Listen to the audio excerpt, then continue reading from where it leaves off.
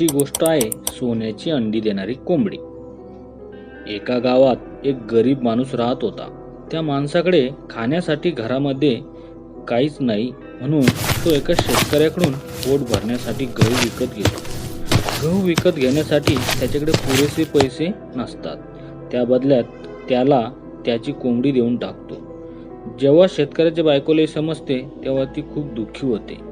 परंतु दुसऱ्या दिवशी शेतकऱ्याच्या बायकोला जवळ आले. कारण रात्री कोंबडीने सोन्याचे अंडे दिले असते. ती जादूची कोंबडी होती. ती रोज एक सोन्याची अंडी देत असे. हे असेच काही आठवडे चालू होते आणि लवकरच शेतकरी गावातला सर्वात श्रीमंत माणूस बनला. शेतकऱ्याची बायको म्हणजे एक अत्यंत लोभी स्त्री होती. एक दिवस शेतकरी घरात नसताना तिला एक दृष्ट कल्पना सुचते. ती एक मोठा चाकू घेऊन कोंबडीचे पोट कापायचे ठरवते. सर्व अंडी बाहेर काढावीत अशी तिची कल्पना होती. परंतु ती सर्वात मोठी चूक ठरते. तिला एकही अंडे पोटामध्ये मिळत नाही. त्यानंतर कधीच सोन्याची अंडी मिळणार नसतात. तात्पर्य, हाती तेथे